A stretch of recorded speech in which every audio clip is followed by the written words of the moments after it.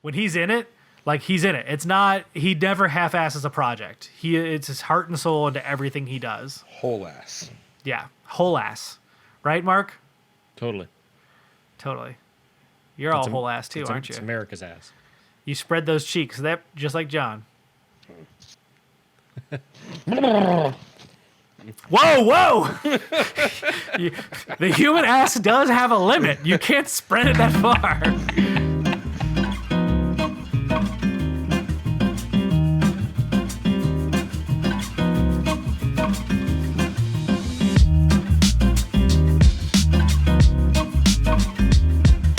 Are we ready?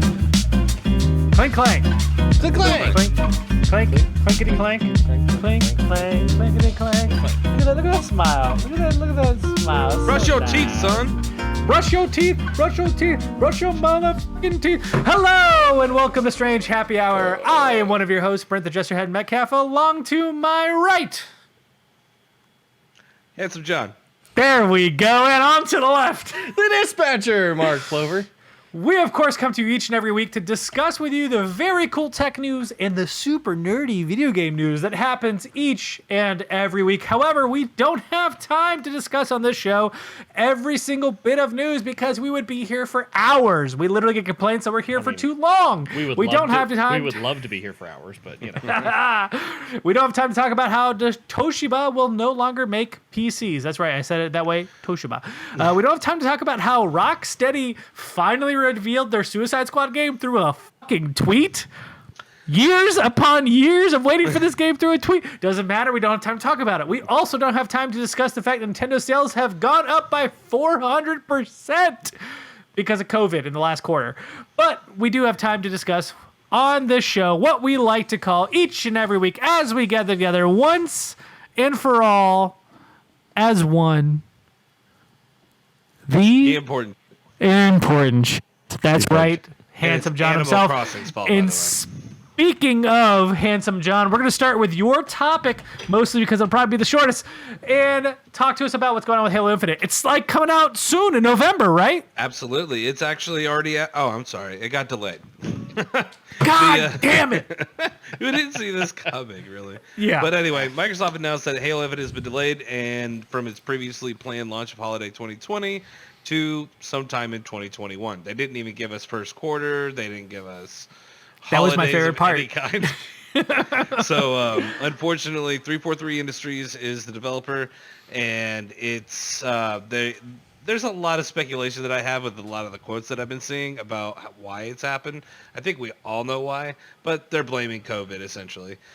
Quote saying here, decision to shift our release is the result of multiple factors that have contributed to the development of challenges, including the ongoing COVID-related impacts affecting us this year. I want to acknowledge the hard work from our team from 343 Industries who have remained committed to making a great game and finding solutions to development challenges. However, it is not sustainable for the well-being of our team or the overall success of the game to ship it this holiday.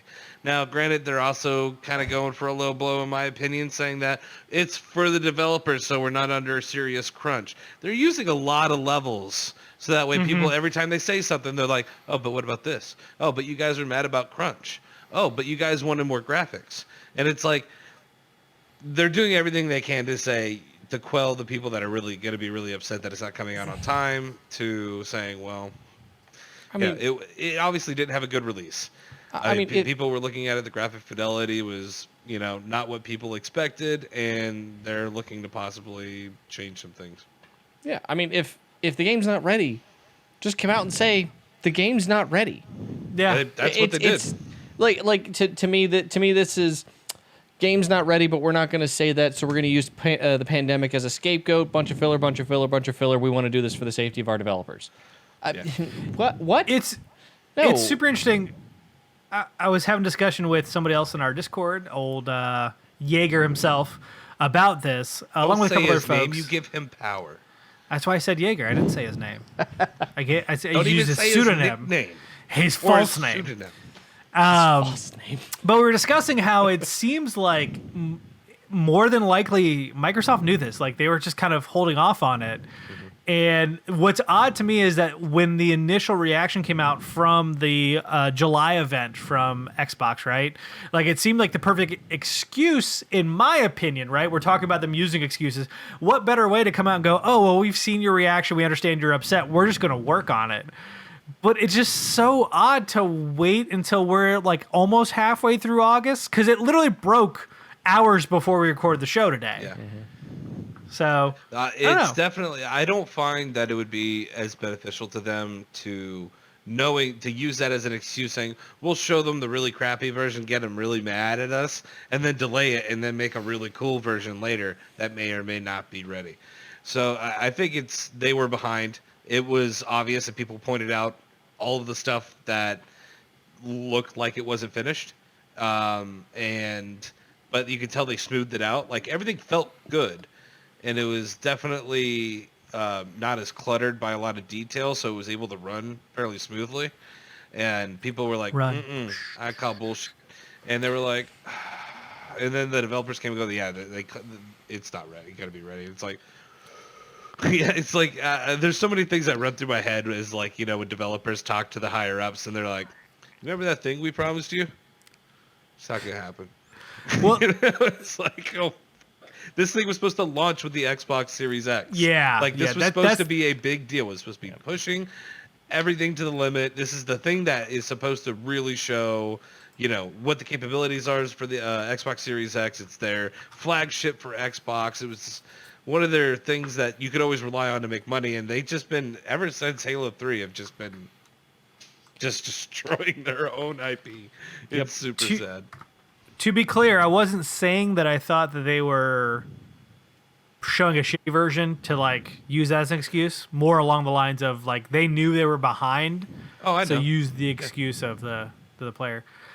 This is interesting though because Halo 1, if I remember correctly, Halo Combat Evolved launched with the original Xbox, correct? I think it was released on PC first. Well, here, let's find out. Like, Halo Combat Evolved. I think Combat Evolved for PC came after the fact. Yeah, because it was originally developed for PC, and then Microsoft paid for the rights of development with Bungie to make it a launch title for the original Xbox. Gotcha. Yeah, so it's really interesting because Halo Infinite would be the first game since the original to launch with a console. And that was kind of one of the whole points, right? Is like they were trying to show that we are making a game that is serious about Halo. We're taking all the criticisms on the chin. We're listening to you, and we're trying to make this platform-style game that will evolve with you over time along with this console. Like, it's going to be with you from beginning to end. Right. I mean, I'm joking around, but, I mean, yeah, absolutely. They need to take the time to make this right, because if they don't, this console is going to suffer severely. And not only that, but Game Pass will, too. A lot of these people are going to go into Game Pass wanting to play this game.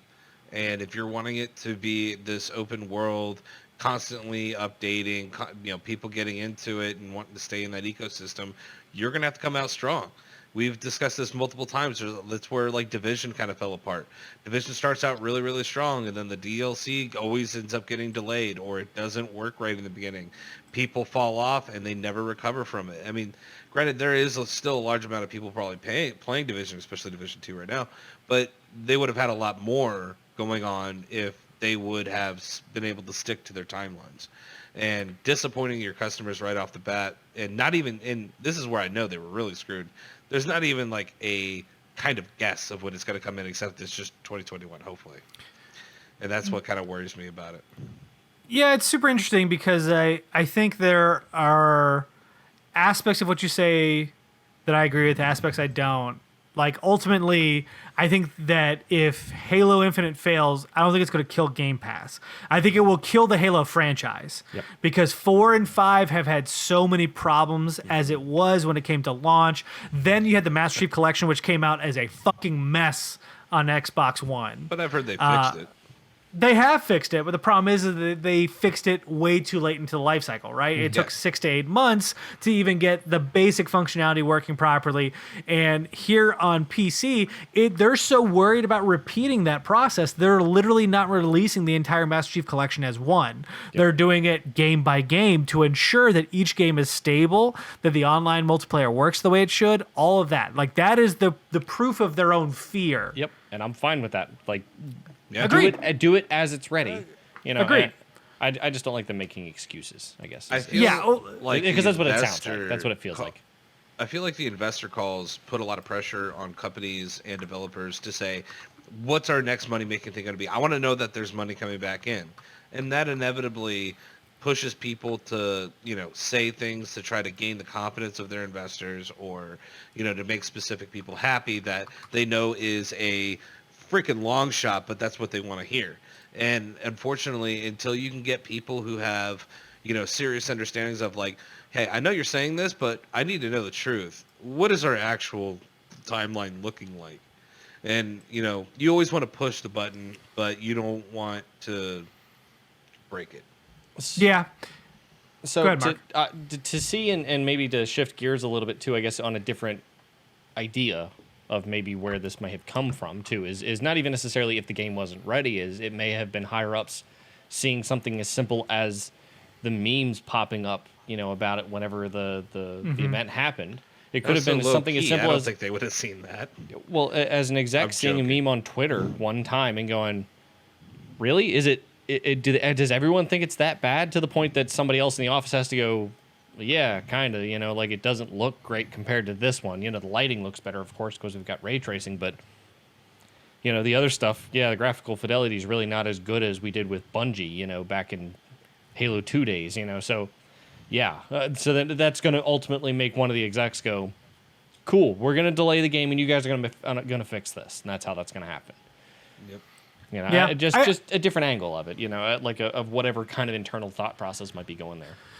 I definitely think someone up top, whether it's at 343 or whether it's at Xbox, or maybe a combination of the two, definitely got wind of, hey, people are not nearly as excited as they should be about this game. What Right. can we do to fix it? Now, that's not to say that COVID hasn't had an impact or Oh, of other things course. haven't had an impact, but to say they are delaying this game, I agree. It seems a little convenient. We're, 5 months into COVID now? 5 months Yeah. into lockdowns for most states anyway across the country. I would think that to some extent we should have had this worked out by now. Not only that, the game's supposed to launch in 3 months because they confirmed that the Xbox Series X will come out Yep. Holiday in November. So games get delayed all the time. This is not unusual, like to see a game get bumped 3 months beforehand. But again, it's just a little They weird in confirmed there. it was supposed to be in November. Yeah, they confirmed it today that the launch Okay. window will be in November. So Yeah, I wasn't So- sure if we were going to mention that or not, but yeah. No, I didn't even see that, so I'm glad. you pertinent said to the something. story. So here we are. Yeah. Yeah. But it's just weird to see it, I guess, this close. But, I mean, if they fix it, they fix it. Good. I'm okay with that. Well, I think it's also further proof that Xbox understands that they can't just release another Halo. Like, they can't yeah. just put out something. Like, They- it has to be the Halo. It has to fix the wrongs that have happened in the past. Not to say that 4 and 5 were bad games, but the fan base reacted in a very adverse way to both of those games. Well, They I literally mean, false advertised Halo 5 to begin with, which to me is Yeah. I that's haven't touched Halo 5 horseshit. yet.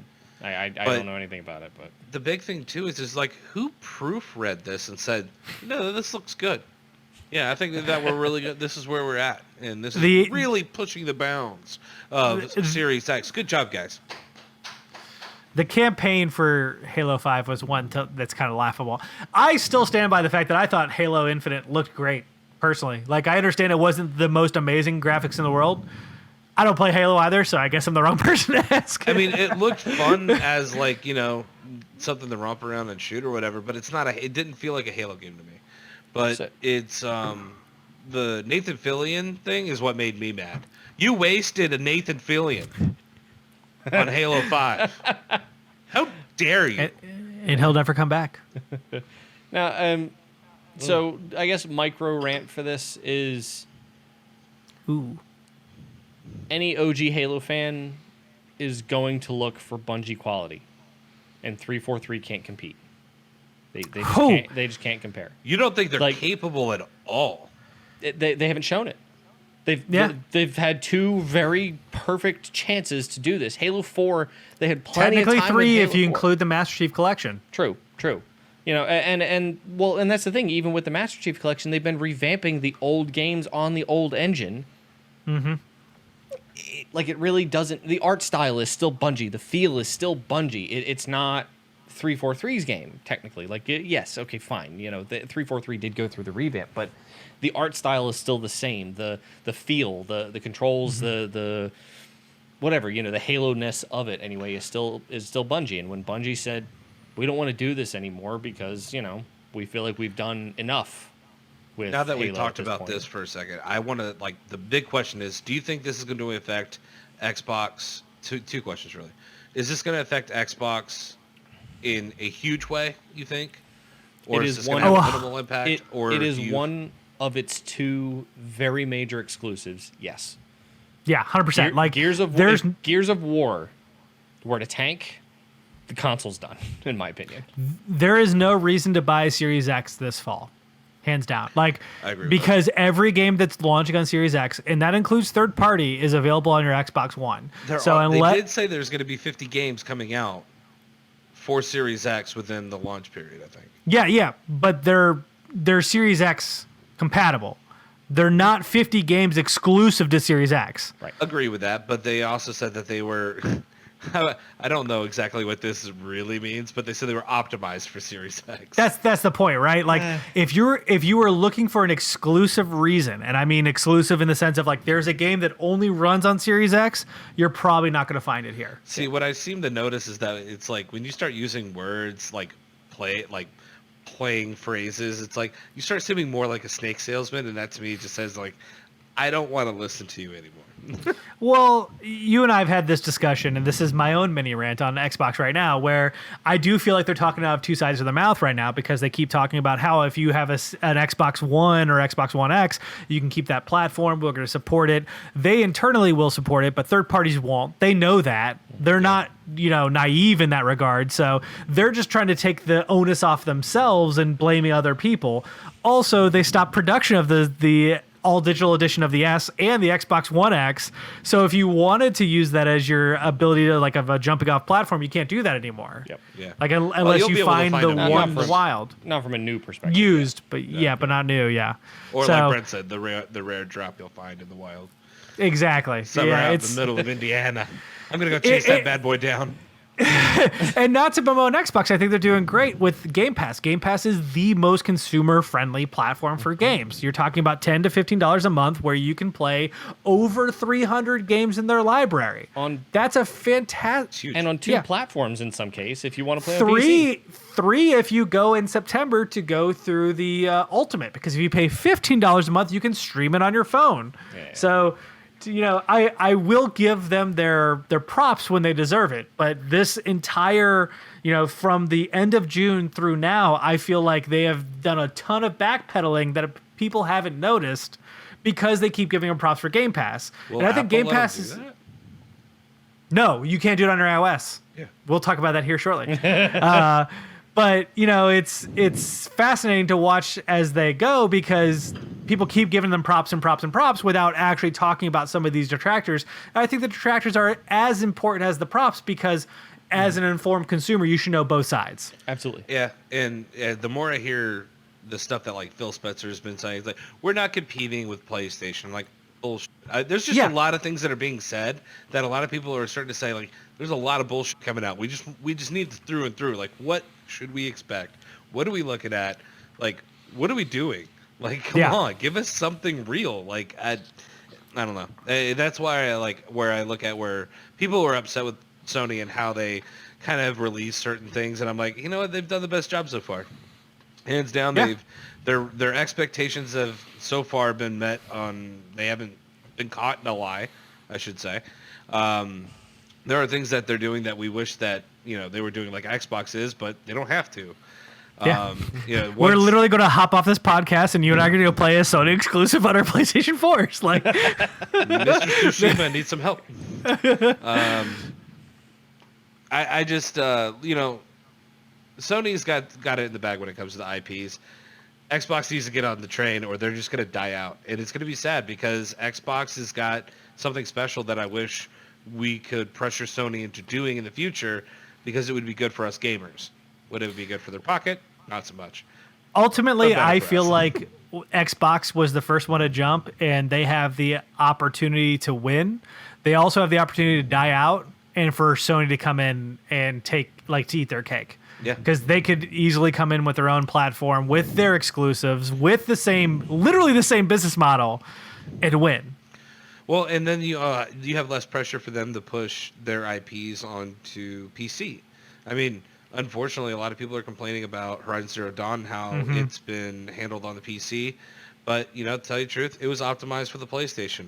You should have bought a PlayStation to play that game. Eat shit. It's also the first take. Like, they need time to get used to developing for PC because this is literally the first time that Sony is moving one of their exclusive IPs onto They PC. should talk to Bethesda. Bethesda's worked in every single console known to man and some known Fair to enough. monkeys, apparently. So, Yeah, absolutely. I mean, Bethesda puts Skyrim on fucking refrigerators at this point. But please let guys us know are what you think great. about Halo Infinite's delay. Do you think this impacts Xbox Series X in a major way? Are you in agreement with us? Do you disagree with us? Let us know in the description floating above Mark. Are you even Well- worried about this? Like, do you feel like it's going to destroy Halo? Like, I'm just so worried. We'll for it. find out. I love that. We'll find out. We'll get there. But speaking of Halo, Xbox, and streaming, it came out this week that Apple is not going to allow Xbox xCloud app on their platform, nor are they going to allow Stadia, which was something we knew beforehand, but they clarified this week specifically as to why on Stadia. And I also found out that what is it? NVIDIA, which has the Shield, their streaming service, NVIDIA Go, Yeah. that is also not available on iOS. Oh. So according to Apple, they are not allowing game streaming services for one reason only. Their rules do not allow for any sort of game that cannot... GeForce Now. Thank you, GeForce Now. That cannot be reviewed internally by Apple and searched on the App Store to be played on an iOS device. So that means tablet and phone exclusively. That's the joke of this entire thing, because on your Mac computer, there is an actual Stadia app that you can open up and stream games on. You can also use the Chrome app as well. So their rules require that these two things be met. So according to Apple, they have to be able to review every game on there. Now, specifically when it comes to Microsoft, they're talking about the exclusive games from Microsoft. They have to go through the Apple app vetting process, which makes no sense to me. Secondly, they're stating that if you cannot search for that game in the App Store, it cannot be played on their service, regardless of how the app works. So if you wanted Gears of War 4, which is only available through xCloud, if you can't search for it in the App Store, you can't do it. Now, this is a whole bunch of crock of shit, and John's reaction is perfect for this because Apple's App Store doesn't allow you to search for things that are internal to another app, right? Like, we couldn't search for, well, until recently, we couldn't search for series that are on Netflix. Now, they've fixed this for video streaming, exclusively for video streaming, because they have the Apple, what? Apple TV Plus. Apple TV, thank you. Wow, but Apple But TV they- Plus is a subscription, but yeah. Yeah, but they literally just fixed this. So I just think that this is a perfect way for Apple to use their rules to say, no, we can't allow this, so that they can try and proliferate Apple Arcade, I guess. Yeah, it's the only reason I can come up with it. It's like, your shitty arcade isn't going to compete with this. Fuck off. But the problem is that they totally don't understand the market in this regard, because the whole point would be, like, people who subscribe to Apple Arcade can also subscribe to xCloud in Stadia. Just So like if I how get rid of all my of us phone here for an Android have, so I could do that, I no longer have your shit. yeah, well, it's just like all of us here have Netflix, but John, you have Funimation. Mark, you have HBO and Hulu. Pornhub Go. Yeah, Hulu, Prime, Pornhub, whatever. Whatever your streaming service is. Like, Pornhub it's Prime. not Pornhub Prime. There you You go. would. It's not exclusive. If you have one service, as a matter of fact, I think it is like proven that if you have one service, you're more than likely to involve yourself in another service. It's building an ecosystem. If I could do all that on one device and it goes in my pocket and it gets charged everywhere I go, It's chances called are I'm going to keep using it. It's called cord cutting, okay? You eventually pay more than you originally did for a cable subscription, so it balances out somewhere, right? They're what's just crazy- pissed off because they're not getting a cut of the pie either. We talked about no, this. no, because here's the thing: is that they could. Yes. So I actually did a lot of digging. There's two articles I have tied to my topic here. You can find in our Google Doc that is in the description, floating to the left of John, specifically to the left of him. It's probably over me. I don't know. So one of the things that was pointed out is that Apple now has rules in the iOS store that prohibits any sort of app from allowing a roundabout way of paying for the app unless it's through the App Store. So this has actually happened recently with a email provider service called Hey. It happened in June, where Hey released a version. The Hey is the whole point of it is it allows you to sort your email and determine whether or not you're having emails come in. You can unsubscribe, all that. It's $100 a year. So Hey did the same thing that we talked about last week with Netflix, where they say, hey, you can't subscribe through the app. You have to go onto the website and sign in. Well, Apple took that whole loophole out because if you are in the App Store and you develop for something, under their terms of conditions, you have to allow the App Store to be the only payment processing through the App Store, like on iOS devices. So you can't subscribe or do anything outside of that. Now, I don't know if that's true for all apps. I was about to say, but they're because we were just talking about Netflix. What, last week or 2 Spotify, weeks ago? Netflix, yeah. And so it seems to be all new apps that are coming in are barred by this. Hey actually got super screwed because they released their app on iOS and then came in a week later with an update, and Apple denied the update because they allowed payment processing outside of the App Store. And that is they actually pointed to that saying, hey, in the terms of service, you agreed to this. If you release here, you can't do it. Yes, exactly, Mark. Yes. So You misremember. You were on their side, motherfucker. like the point would be is that they could get a cut of Stadia and xCloud, and quite frankly, I think they want that money. Why would you not? $10 a month off of every subscriber who signs in on an iOS device. You ballpark it at 10 million people minimally. That's still a ton of fucking money. So it has nothing to do with that. Abel. It has nothing to do with that. It has everything to do with control factor, right? They want to control their ecosystem, and their hope is by denying people the right to get involved in these ecosystems, they'll be forced to these other subscriptions that they are offering. But I truly don't think that's how that works, right? Like I'll put it this way: I'm an avid gamer. I have an Android device. I have the opportunity to play. I can stream my PlayStation 4 on my phone. I can stream Stadia. I can do all these other things. But if a game is not in the area that I want or the medium I want, I just don't play it. Right. Like I don't go to Google Play Store to find another game that plays like Final Fantasy Tactics. I just play Final Fantasy Tactics on my Vita or on my PS3 over here. Like I find other ways to play the games I want to. Yeah, like I don't find a way it's not the same. Honestly, it's really not the same as television. Yeah. Like when it comes to viewing things, cool, if I can't find Diners, Drive-Ins and Dives, I'll find another cooking show. Netflix has The Chef Show. That's good enough. But it's different when you're playing games because you're interactive. You're involved with it. You don't just consume it. It's all about how you feel when you play through it. Mm-hmm. So I think that by missing the mark on this entirely, Apple's really not understanding the game market whatsoever. No, I don't and think they have to give a shit. They're worth $2 trillion, 1.9 to be specific. I know. Trillion dollars. The reason why we talk about it here on this show is because of the fact that they don't give a shit from the money standpoint, so we have to be vocal.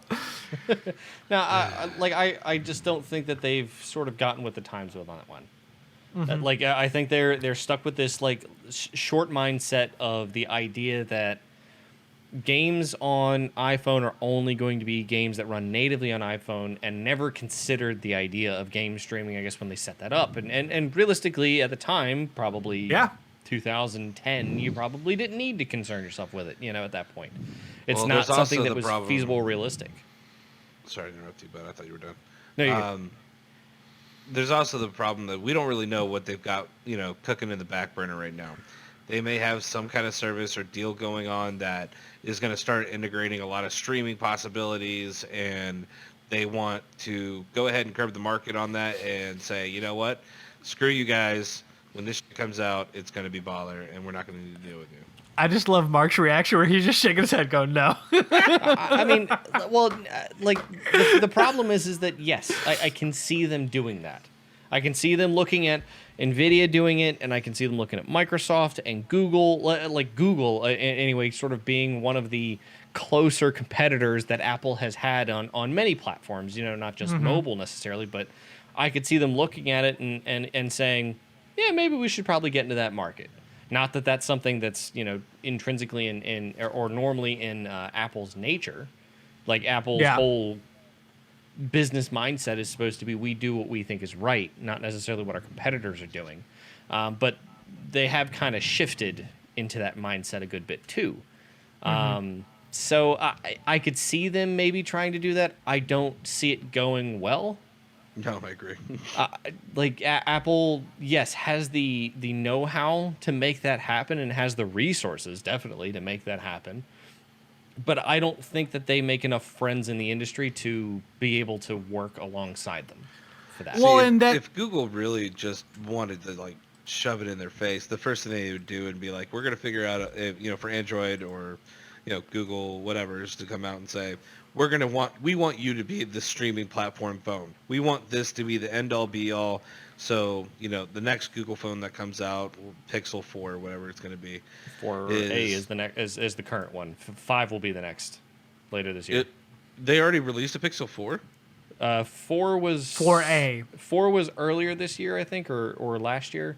4A Jesus. was the one they just released not too long ago. I feel like I literally just talked to you about the Pixel 3 sitting at our old table. Yeah. And I'm like, there's been too much time passing by is all I got to know. Oh, COVID. Well, I mean, to your point, Mark, that's exactly what the second article talks about, is the fact that because of the way Apple practices their own development and their own ecosystems, they have this walled garden approach. But the problem is that walled garden approach requires everyone to fit into this perfectly knit, like, here's this box, you fit into this, and you follow these rules. But that's not how game streaming is going to work. In the similar way of how that's not how video streaming works, which is why Apple had to adapt. Yep. We just talked about their Apple TV and their whole approach to this, which is super confusing because they have a device called Apple TV and they have an application called Apple TV. But This is the always the thing I've seen about Apple, I guess, from being on the developer side of things too, but just like this included with some of the other topics we had anyway about the App Store. So the App Store in particular is always targeted at iPhone and iPad. Those are the two big series of devices anyway. MacBooks, Macs, they all sit sort of in their own realm off to the side. Because they're meant for business professionals, they're meant for students, they're meant for whatever creative use, really, like video editing and stuff, that kind of thing. iPads and phones are commonly used by pretty much everyone for general use, including children. And the idea is they want the ability to review their devices beforehand because there's a lot of trust in getting an iPhone that whenever you get one, you're going to get safe content, safe apps to use. You're not going to download a virus from their own app store, their own official app store, like Google's had some issues in the past where like Bitcoin miners have developed apps that have good functionality but then have malicious backends to them, and it shows up on the Play Store because there's a big distinction in the way that Apple and Google handle their own platforms. And I can kind of see Apple turning on this and saying, no, we don't want this on our platform because they can't modulate or moderate the content, and I get that. They want the ability for the parents and the people to feel safe about the content they're getting on their devices. YouTube, Netflix, Amazon Prime, literally all these things have ways where you can moderate it. You just put a fucking parental safe filter. Like that's a bullshit excuse in this regard because Stadia and Xbox can literally do the same thing, but that's not what they're pointing to here. Yeah. I mean, I get it. I understand, You can watch pretty much anything on YouTube. You can watch pretty much anything on Netflix. But You can literally open up the Safari browser on your iPhone and watch porn. Like, it's a bullshit excuse. Yeah, But- I know. How are you supposed? Yeah, Like, so there's just a whole lot of bullshit. Because I mean that's my problem is like your point is the one they like to lay on, which is we provide a family safe environment, but you don't really. You provide the idea of it. You provide this false sense of security because ultimately you have to allow these apps in. You have to allow Netflix because Netflix has a certain number of users. You don't want your iPhone people to be like without it. So- Same with Amazon. The only Same oth- with all these other things. the only other argument I can see being made here is Netflix makes them a ton of money. YouTube probably makes them a ton of money. You're shutting this down before it has the opportunity to. Yeah. Yeah, 100%. Is what it comes down to. Like Close-mindedly. I mean, like Yeah. I said, unless they're competing. If they're going to compete, cool. I get it. Whatever. Yeah. Like not just again, not like they just had an antitrust hearing where Tim Cook had to talk in front of Congress, but whatever. That's a whole Looking- other argument. But looking at some numbers, I mean, the one I can find easiest was 2015. 44% of people were using the iOS over the Android. But the problem is once you start looking at manufacturers, once you get past Samsung, which is like 28%, and you look at HTC, which is only like 8%, and it just, it's all fractured. Whereas iOS is a huge chunk, 44%. It was 2015. And I know it's only grown since then. I mean, I'm pretty sure US is now overtaken Android in the United States, not in the world. The world, I was looking at a map. There was actually a map for iOS being higher in the United States and like England, and everywhere else it was Android. I will share that in the chat if you would like. But the whole reason being is that they have clout. They have this ecosystem that people are that do want to use it. Now, why they wouldn't be a little bit more understanding that they could lose that edge if there were enough gamers on mobile to make a difference. But is there? Will that even make a difference to those people? Or are they just going to wait till the next generation of phone they need to pick up and move over to Android to be happy? I think the problem right now is that the technology is so new that like Stadia literally just released their app last September, and ironically enough, there is an Android app for Stadia. I'm sorry, an iOS app for Stadia. It just literally allows you to sync your controller to your TV or to your Chrome or whatever. Yeah, because there's no other way to sync your controller, is that you have to use the app. So you can't right. stream on Stadia on your iOS device. You can only sync your controller to your Chromecast or your computer. to be fair, that's what the Stadia app used to do for Android before. A month They ago. open up the actual, yeah. a month ago. It's But- just it's kind of disconcerting that Apple's starting to become like this very like just hardcore company where they're just, you know what, these are our rules and we'll never break them except when we feel like it. It's like it just, my sympathy level for them is going to be really low when they get hurt by it. So the market share, by the way, because I wanted to look at these statistics, has kind of changed. Now this is from Counterpoint. Apple did have 49% of the market share in 2019 Q4 for US. It has since dipped to 46%, and Samsung has jumped from 20 to 32% of the market share. Wow. Interesting. Nice. Well, I But- mean, I think you're seeing a lot of devs like this is actually the turning point, really. Like Yeah. we're seeing a lot of devs who are coming out. They're being vocal on Twitter. Again, that company I was talking about, Hey, their product. The founder came out on Twitter and said, "Hey, this is bullshit," and he detailed the entire process of going through Apple's thing and told everyone, "Listen, we're not going to pay. So if you can't find it on the App Store, if you can't find this, and you're not getting the new updates or the features, this is why. It has nothing to do with us. It has everything to do with Apple. And if enough, just like you talked about, John, if enough devs put the onus on Apple, they're going to have to bend to some degree. Now, Again, how it many depends devs on that how will much be? that affects the person. Yeah. It depends on how many big name vendors really decided Yeah. to That's jump the into this. well. So here's where the trickle down effect works in a realistic manner. Where if someone like Hey comes out and says, "Hey, this is bullshit," and then Google comes out and says, "Oh, well, we can't put our Stadia stuff on there. Look at Hey, they're also having trouble." Like, and then all of a sudden Xbox comes out and says, "Well, Google Stadia can't and Hey can't." as everyone starts to actually jump on that bandwagon, they will push that envelope. See, and Now- I think Netflix could have been something that could have been used. I know I agree. that it would have probably hurt them a little bit, but it would have been a huge push in the right direction going, Apple, if you do not stop this shit, we will pull our services from you and we'll put it everywhere else. Like everybody's got something, whether it's a PlayStation, whether it's an Android tablet or phone or an Apple TV. I mean, there's so many other ways to be able to watch your Netflix and do what you want to do. But that right there will be a huge hit on the next iPhone sales, guaranteed. well, I mean, if it's they like, did a you'll uni- cost us millions, we'll cost you billions. I mean, the biggest YouTube. the biggest ones for me would be any of Google services, YouTube included. Netflix would be another one that's up there. Hulu, much less so. HBO, Spotify. HBO would be the big one for me. Spotify, Yeah. yeah, definitely Spotify. I mean, I can get Apple Music for relatively cheap compared, and Amazon Music anyway also covers pretty well. But Yeah. Google and HBO, I think, would be the two biggest ones. Spotify would follow very closely behind.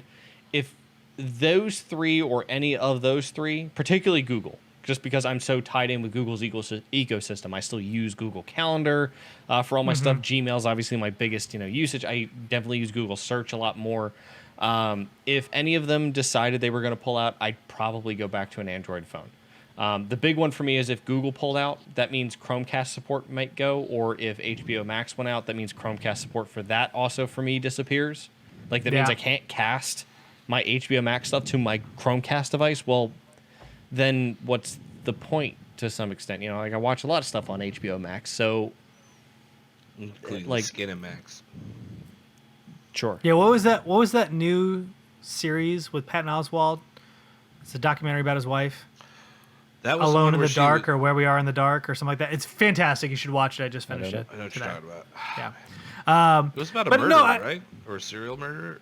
She was a real crime blogger who went after the Golden State Killer and California, found him after 50 years. Wow. Yeah, it's really cool. Really cool story. We can talk about it later.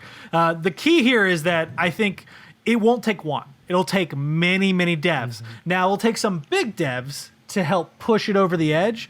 But if enough devs come together and say, fuck this, like we have to come together. We talked about, what was it? What was the gym one? The one... The story we had 2 weeks ago. What doesn't I know matter. what you're talking about. Yeah. Yeah. One sec. I can't remember to save my life. I will find it. Give me a minute. But between them, and now Microsoft and Google Stadia, both of them coming out saying, listen, we just want to give our users the ability to use our platform. Like the fact that you're walling us off because of some arbitrary rule that you developed in 2010 that you refuse to change ClassPass. just shows ClassPass. Thank you so much.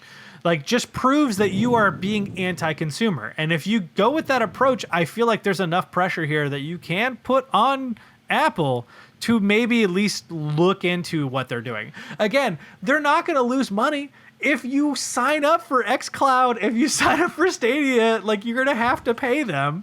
So My thing Yeah. is like again, I don't understand why their access costs so much. It's not like they're even invested into these companies. It's not like it's quite literally just an app store.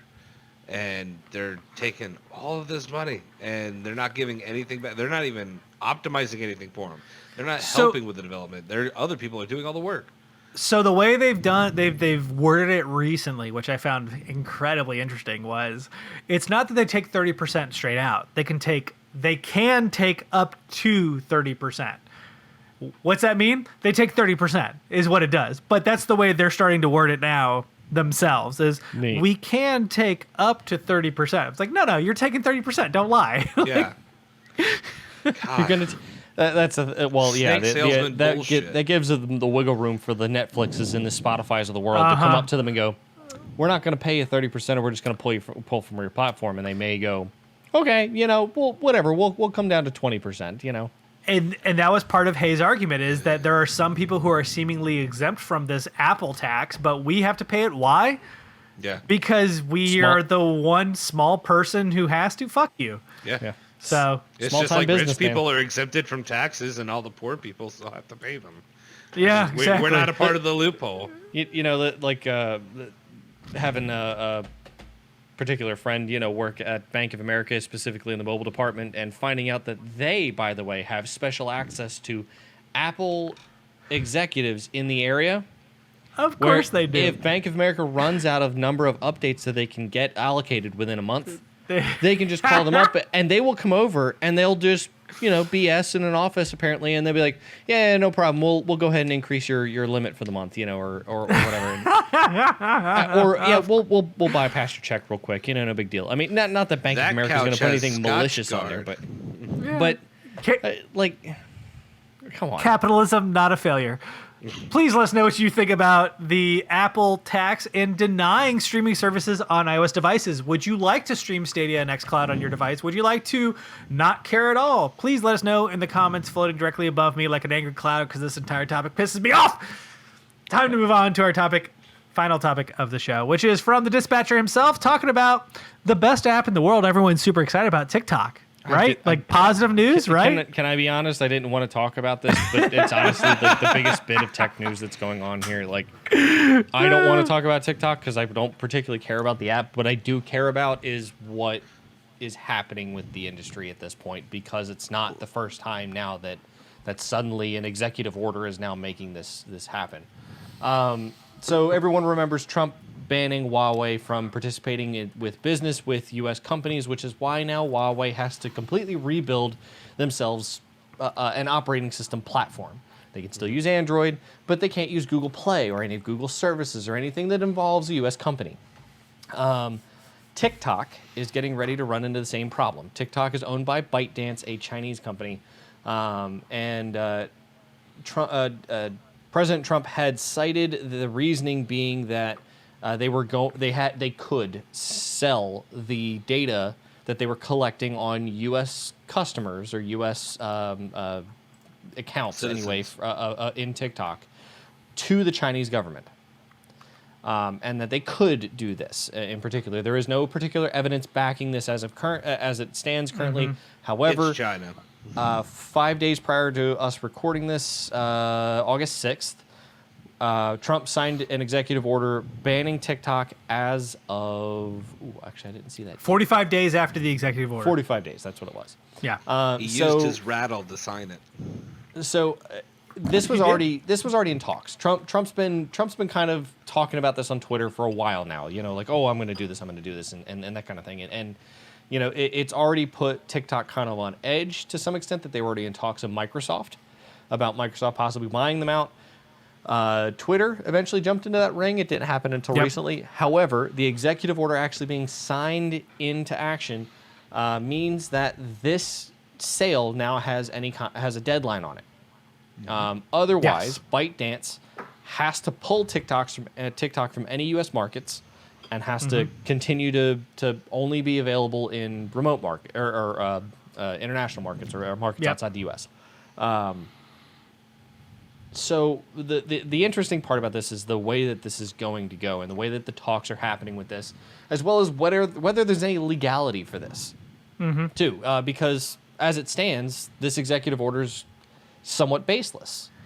It's also fairly unique. I mean, we really don't... the Huawei one at least had some basis in fact. Yeah, there was some substance. The biggest thing, anyway, that I remember reading about the one from Huawei, too, was that they were specifically doing business with Afghanistan, which is, or one of the Middle Eastern countries anyway, that was against U.S. interest anyway, which is what they cited initially, and then it just sort of grew out of control from there. Of okay, fine, you're selling information back to selling to commies, right? I think it was. I think it was one of their executives. Yeah, they were having. Yeah. But this one's particularly baseless. There is no information confirming that TikTok is actually selling information. Actually, TikTok is very much, and ByteDance has very much come out in front of this and said, the only place that we store any U.S. customer information is on U.S.-based servers and occasionally Singapore servers. Now, they didn't specify what the Singapore servers were for, but the fact that it's not being stored in China should be, I guess, a little bit of a settling factor there. But the fact that they were even... we all know that the U.S. owns Singapore, so that's fine. We all know that pirates live in Singapore, so anything is possible. That's also true. We saw the third Pirates of the Caribbean, film. that's right. Yeah, exactly. Yes. But all this seems like nonsense. Like it really Yeah. does, and it's gotten to the point now where it's really brought up the question of whether or not Trump's taken this a little too far. Well, I say a little too far, just flat out too far. Because if he's doing this based on a hunch, 100% this is unconstitutional. You can't bar a company from doing business in the U.S. just because you feel like it. That is the- actually let's be honest. Plus, there's- use of federal government. That's actually what their actual job is He's to fuck really- with that. So there's two big points that I want to bring up because we talked about this a little bit in the pre-show. Is that Instagram Reels just came out, and Brent, you had mentioned, I guess, that Zuckerberg has been in talks with Trump prior to this release. The big one to me anyway, and let me find specifically because I don't want. I want to find the specificity. 2 potato, not 3 potato. Is apparently Trump had, I guess, wildly claimed apparently that if Microsoft were to purchase TikTok for something in the neighborhood of like tens of billions of dollars, that the Treasury Department was going to get a pretty significant kickback from this. Like Trump made this statement to the point that his press secretary had to sort of dodge the statement and say, "Well, I don't want to get ahead of whatever the president's plan of action is here." Let me see if I can find this because I really want to go over like We're that low quote on and funds, so we're gonna force them to sell it so we can get a piece of the action. Well, where do you even come up with this idea that suddenly it's here it is. In a bid to avoid further government crackdown, TikTok is reportedly in negotiations with Microsoft about surrendering ownership of the app to U.S. operations to appease critics. And this is a quote from the Gizmodo article that you can find in the document link below. The president has suggested he'd be on board with this deal, which is likely to land in the tens of billions of dollars, so long as the U.S. Treasury gets a juicy cut of the apparent mafia-like quid pro quo. And that is how Gizmodo is talking about that. And I want to bring up this article. I want to find. While you find it, I'm just going to point out that I think he's really just mad that Sarah Cooper is making a fucking killing on TikTok making fun of him She because is he's a just taking her dumbass ass motherfucker. And wiping his face with it. Oh, you like that? Here it is. So it says, so this article was from August the 4th. So this is exactly a week ago today. So last Monday, the 6th, or yeah, the 5th. I'm sorry, the 3rd. Wow, I can't do math. The 3rd. He had 4th? he was talking to reporters, said that he was on board with the deal for Microsoft to purchase TikTok, just so long as Microsoft or whoever greased the wheels, is the quote that Gizmodo is using here. Or I'm sorry, that's not the quote they're using. That is how Gizmodo words this. The president made it crystal clear that because the White House is, quote, from Trump, making it possible for this deal to happen, quote, then, quote, a very substantial portion of that price is going to have to come into the treasury of the United States. That's not how this works. Just because you make an executive order doesn't mean you get money from it. He compared such a payment to, quote, key money, end quote, which in New York real estate terms is a bribe. Oh my god! All I'm saying is this is from Trump has Gizmodo's grown article, up but like being in the mob. Essentially, he's been well into all of these worlds. Like he is obviously not a clear-cut character to be doing business with. It's been November known. 3rd is when we can all vote. Please vote. okay, so I just had to look it up. The actual definition of key money is money paid to a landlord as an inducement by a person wishing to rent a property. That's still not the correct wording for that either. An inducement. That's a nice word. I'm just. It's also I'm called just, property sex. That's an inducement. Yeah. Okay. Here it is. Key money. This is from Investopedia. Key money is a fee paid to a manager, a landlord, or even a current tenant to secure a lease on a residential or rental property. And the fact that he's talking about this, I guess, as any kind of comparison, like key money as a bribe, whatever. I'd see him more in the landlord realm here as a fee paid to a manager. Yeah, it's no. like a consulting fee almost, or No. like we're the middleman fee. So to me, this looks awfully tinfoil hat time. This looks awfully conspiracy theory-ish of Instagram's getting ready to release Reels as a competitor.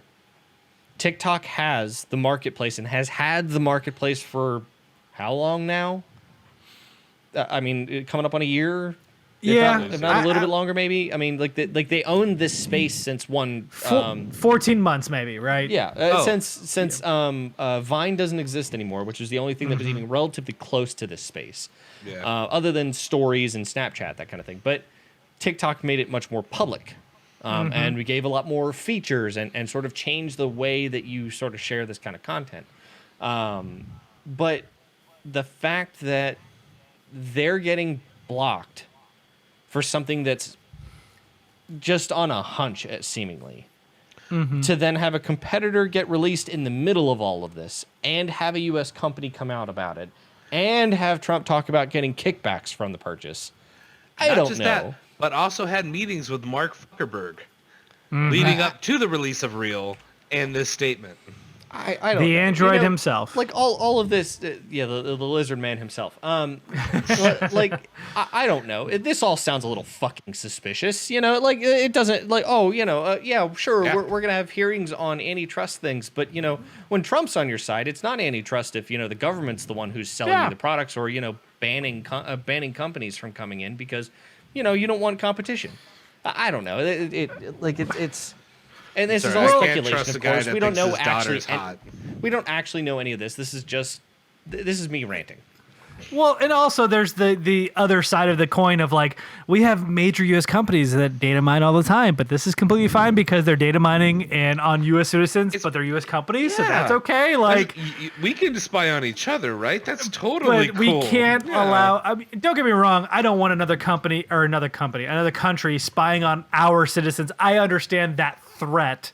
But the hypocrisy of the entire thing is you Also, are just literally as banning one ridiculous. application for a U.S. company to release another application to do the same fucking thing. It's so dumb. I don't know. Like it all sounds a little. It's it's not antitrust when a country a country's government participates in it, of course. So Correct. Yeah. Of course. my favorite That's how part it works. actually, because I didn't see this earlier when I was looking on Investopedia. I just had to scroll down a little bit. There's an entire section on identified when quote when key money is a bribe.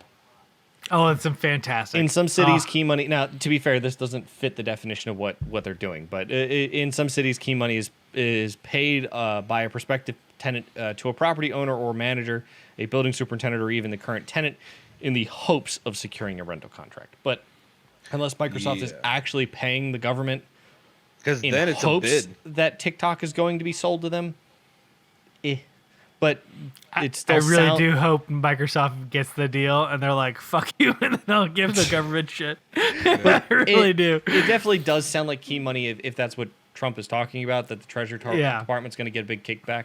I mean, if Microsoft comes out and says, yo, we're giving a big donation to the Treasury Department, well, that's a little suspicious. A little bit, yeah. Yeah. But I don't know. Yeah, none of this is good. It doesn't look good from any angle. Nothing here makes sense, And to be honest, this has sort of been the reality of the tech industry, specifically the foreign tech industry, when it comes to U.S. companies. We were talking about WeChat, which has also been banned by executive order as well. Correct. That one is owned by Tencent. Now, something I do want to point out is in some of the articles that I've seen out on this about TikTok specifically, because that's the biggest one, of course, is that they're talking about the fact that Tencent and ByteDance and all of their properties respectively are also going to be banned as a result. That is not true. Yeah, well, because if you look at the wording of the executive order, what it says is that any instance in which the company is involved with financial decisions, but realistically, the executive order ties back to that application specifically. Right. So it's Tencent with WeChat, TikTok with their owner company. I had seen a few questions here or there because Tencent owns a lot. Well, that was a Tencent big concern owns with the video game industry Epic, specifically, right? Riot, that it is specific to those entities, TikTok and the like, which again doesn't make sense because if TikTok's doing it, guess where the decision may have come from? I don't know, Tencent. Yeah. You know, so that means Riot Games might be selling your content or might be selling your information to the Chinese government. Oh no, Let Epic us- might be selling your information to the Chinese government. Stop.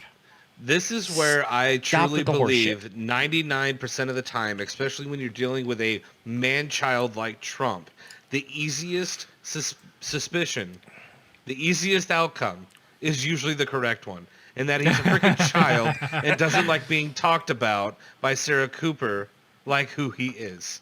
And I truly believe that. Like 100%, I think he's just being a man-child about it.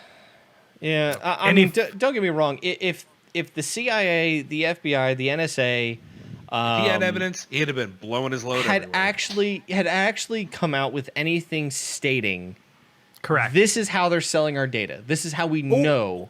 This is the Or- known intelligence that they are selling our data to the Chinese government.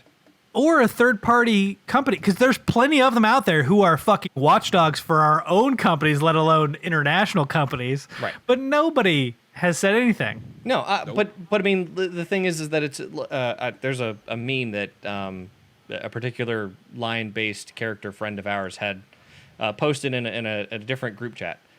He had Lion-based character.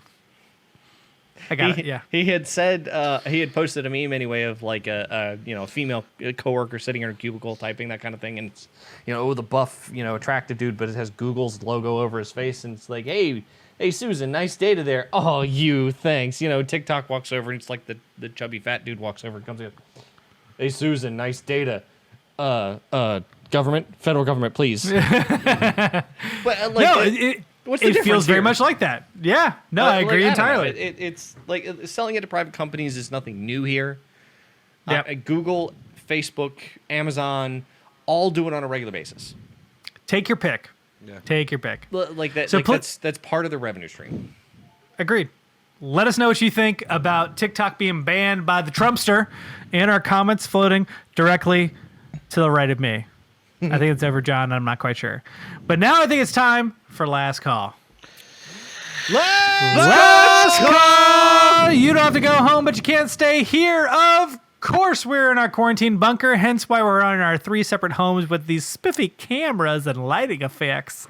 I am sitting here drinking my own special guest from the Tiki mug, a vodka tonic that I completely love, Rain Vodka, $20 for a nice large 1.75 milliliter.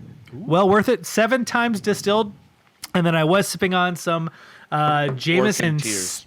Jameson Stout Edition, which is wonderful. Highly recommended. Man, 1.75 milliliters. That's pretty low. That's wow. I mean, 1.75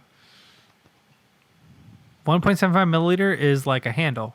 1.75 liter is a handle. Whatever. It doesn't matter. Oh, 1.75 milliliters is like 2 drops. I don't know if you know, Mark. It's a fucking Tuesday. I worked all day. I don't need you correcting me on this goddamn podcast. If you put that on there, no, goddamn, it's not a cuss word. it's in the Bible. I'm drinking Jameson Black Label. John's drinking some Black Barrel. What a surprise. Mark, what are you drinking? Oh, I said Black Label, Black Barrel. Sorry. I'm What you got, essentially drinking a screwdriver, but with a little bit of effing black cherry. Oh, nice. That's a good touch. I like that. Yeah, it's got a good flavor to it. Yeah, good. F and black Probably cherry. the best of the F in flavors, I would say. Their cucumber is really good. That's true. I will stand by that. Of course, you could join us on our Discord. We have tons of discussion. Again, earlier today, I had quite a bit of discourse back and forth on the Discord. There was Discord on Discord. Yes, discourse. with a couple of friends, including Jaeger, who is our lion-friended individual, Tumbleweed, and others you can find on there. People who stream also tend to talk, including Aki Bob and Resilience. Please hit up our Discord. It is a wonderful, wonderful place to discuss video game and technology news anytime you want. As for our weekly reading, I did find another interesting article from Gizmodo on the Apple tax.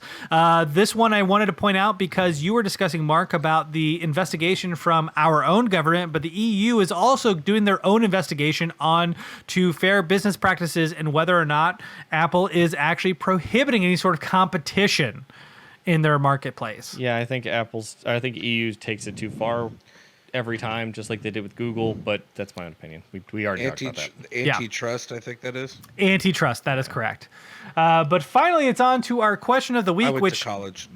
Handsome John himself picked out, which would be name a character that had the most wasted potential in a series or franchise and why you feel that way. And John, me if to you go want to go first? first, you can, because you're Okay. the one. Whoa, what's happening? Oh, I had to let it breathe. the Okay. I was actually thinking of Sully from Uncharted. Interesting. I feel like he could have been so much more of a partner to Nathan Fillion, but I'm sorry, Nathan Drake. You're a fake fan. I Wow. know. The I enjoy the stories and I enjoy his interaction with Drake, but I wanted more from him. I wanted to see his past. I feel like there could have been a whole game series with him growing up. That would have been really Dude. cool. What if the next Uncharted is a spin-off series about Sully's past? I would freaking love it. That would be really cool. Yeah. be No, awesome. I Because don't know if he's a badass old man. That dude walks around in the middle of jungles, and he's like 65 years old, running around, running and gunning with, a 30-year-old. Like, it's Now- freaking... in 4 he doesn't get his fair share. I do Oh, agree with not that. at all. No. But I don't know if I agree with you through the entire franchise because I think he did really well in 2 and 3 specifically because I did not play 1 because why would you? He's very much an anecdote. I mean, he was in there, and he was there to support him, but you didn't get to really see much of him. Like, you Okay. just got his interaction with Nathan a little bit. Okay. Okay. Okay. Interesting. Meh. I got mine, which You have to go is ahead, I'm still thinking. from the titular Game of Thrones television series because the book hasn't finished yet, and I'm willing to give myself a little bit of breath there. But Bran Stark, comes out as the one-eyed raven, comes out with this omnipotent ability to see all of history, and is utilized in the show to tell Jon Snow that he's a Targaryen. That and to come back and save Tyrion at the end from his trial. Like, Yeah. come the fuck on. You have the ability to see all of history, and you don't have the ability. Like, you can't be used in any other creative manner. You can't be used in any other creative way. Like, you can see everything. How can we be the White Walkers? I don't know. How do we handle Daenerys? I don't know. I'm just gonna sit over here. I'm gonna be really, really stoic and kind of mopey. And at the very end, I'm gonna say, Tyrion, we should save you so that Tyrion can make me king. That's the whole reason why I was here. That's why I came here. Fuck you, Bran Stark. You're a piece of shit. So yeah, I think he was completely underutilized and then overutilized at the finale. Neat. Mark, if you need time, we I've can got vamp. another one. I've got Okay. one that I feel Keep was going, yeah. underrated as a character in general. And Okay. that would be...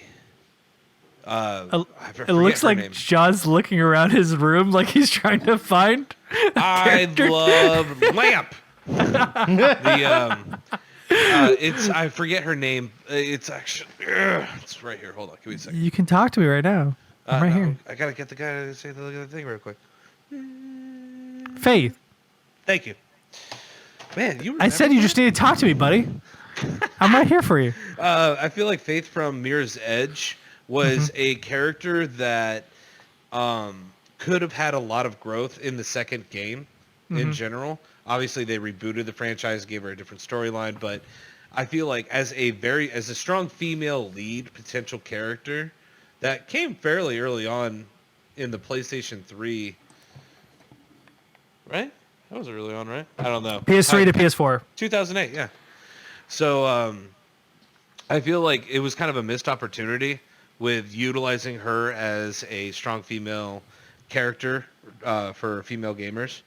And also in the storyline, in the first storyline itself, she was kind of like, she was gruff and she had the street smarts attitude, but I still felt like she was weak in character building in itself. That game was mostly about gameplay and getting through the levels and whatnot. Like, it wasn't very story heavy. So I feel like they kind of lost out on the potential there. Whereas in the second one, they tried to go story heavy but at the same time kind of failed to make the character connect. So I felt like that could have been a much stronger franchise, let alone a stronger character.